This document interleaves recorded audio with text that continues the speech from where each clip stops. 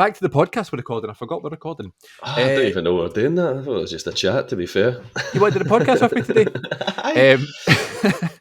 So we're going to talk about Notting Hill, which was a strange choice because obviously I've known you for many, many years, as we've said.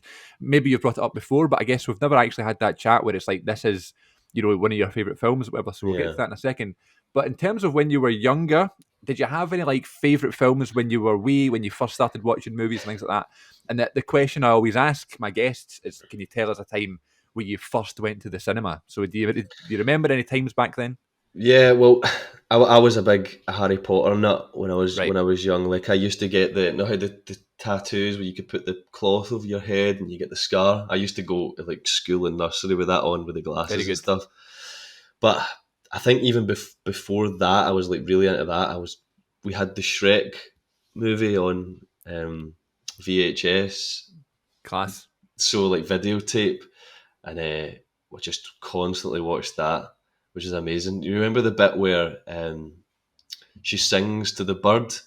She goes la la la la la la, and the bird explodes. Yeah.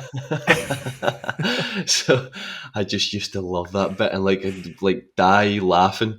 My big brother would watch it with me and just have to rewind it constantly because that bit was just amazing. Do you remember in Shrek 2? Do you remember in Shrek 2 when Shrek and Fiona first came out of the carriage and one of the guys is playing a trumpet thing?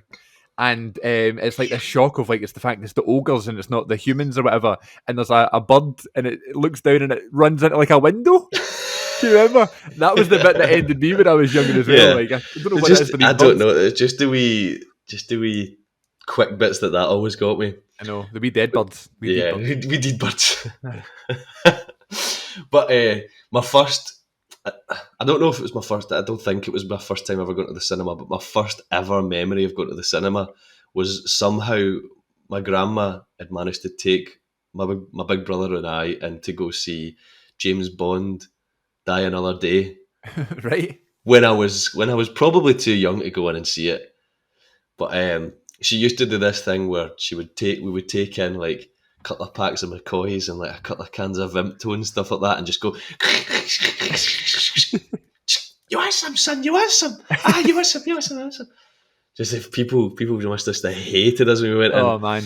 But that film, the bit where they're driving over the ice and the Aston Martin and all the shooting bit, I mind just being so distraught by it because it was so loud, and my grandma had to go like this with my hands over my ears because I was just definitely too young to see Die Another Day. So yeah, I think that's my first one. What's your first one? First one's Monsters Inc. 2001. I've never seen Die Another Day. I've only seen a few Bond films, and I recently got the big box set. I want to do some form of season, and I was talking to that, and of course there's one person who's like, "Oh well, I'll come on every single episode." Ian Grieve, so he'll be on to talk about every James Bond film. But that's a good one. Die Another Day. Yeah. So mine was Monsters Inc. And you remember that? Have you seen Monsters Inc? Yeah.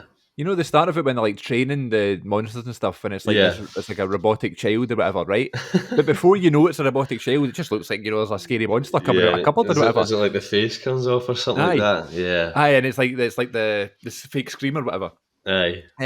Looking back at that now, that's a pretty scary moment. Well, you know what I mean? These sorts of films, that's DreamWorks, was it? I think that's DreamWorks. Yeah. Oh no, that's Pixar. Pixar, sorry. DreamWorks, yeah. Aye. All of them are the same.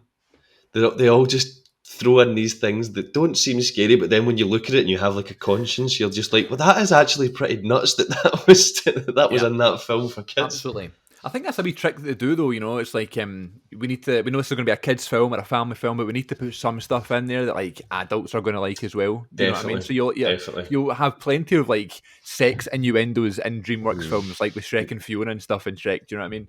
That aren't too graphic, obviously, but you'll hear it once in a while when you're older and you go, I didn't even bat an eyelid at that when I was younger. Right over the head, Which is clever. Yeah, it just keeps people watching, doesn't it? That's the whole thing with filmmaking. Absolutely.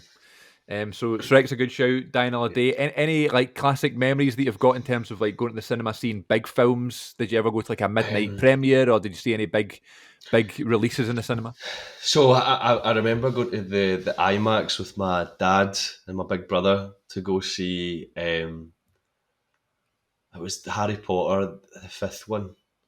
Fifth one is the Half Blood Prince, Order of the Phoenix. No, Order of the Phoenix, where they're flying on the Thestrals. Right. And it would like come out to you. It was amazing. I might go to see it and I was just like, I love Harry Potter, man. And then also the last one we went to go see, and it was just like, oh man, so emotional, such build up. Because my dad used to read the books to me when I was younger, before I'd go to sleep.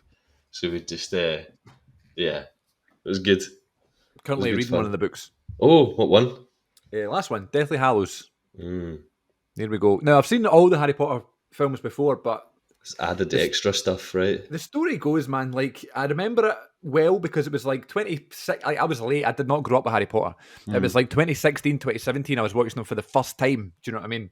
And it was when I was at drama college, so I was like always knackered and stuff like that, falling asleep. So I don't have the greatest memory of them. Do you know what I mean? I know I watched them and I know I liked them and stuff. So what I've been doing this past year or two is I'm reading the book and then watching the film, then reading the book, then watching the film. And it's been this brilliant like way to kind of learn about everything. And there's big moments that are happening that like people would remember if you've like been a fan of the films or whatever, but like I just don't remember for some reason. And I'm like, oh my god, I'm reading the book, and there's been a few times I'm just like, you know, like shocked at what I'm reading, which I suppose is what you're after. You don't want to know too much about it. Definitely, definitely. You got a favourite Harry Potter? Goblet of Fire has to be Goblet of Fire with Cedric. Yeah, it's my favourite. It's the best one. I don't know. I think there's such a good shift in it from like the others. As much as Prisoner of Azkaban was kind of dark as well, the Goblet of Fire was really. It was like one of his friends that had to be sacrificed. You know what I mean? And like the trials that he had to go through. It wasn't like. It always seemed that he kind of brought it upon himself, right? And then Goblet of Fire, someone has put him in this situation where he needs to get out of, which I always thought was just like a changing point. Even when I was a wee guy, I was like, this is so cool.